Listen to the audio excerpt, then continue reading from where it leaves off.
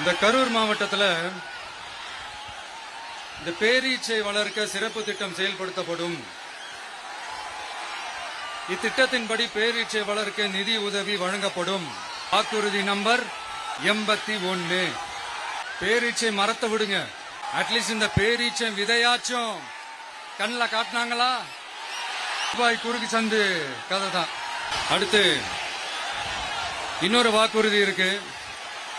கரூர் விமான நிலையம் அமைக்க நடவடிக்கை எடுக்கப்படும். வாக்குறுதி number 448.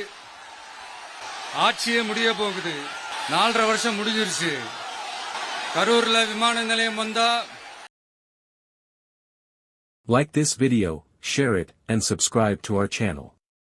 We provide useful information for social change.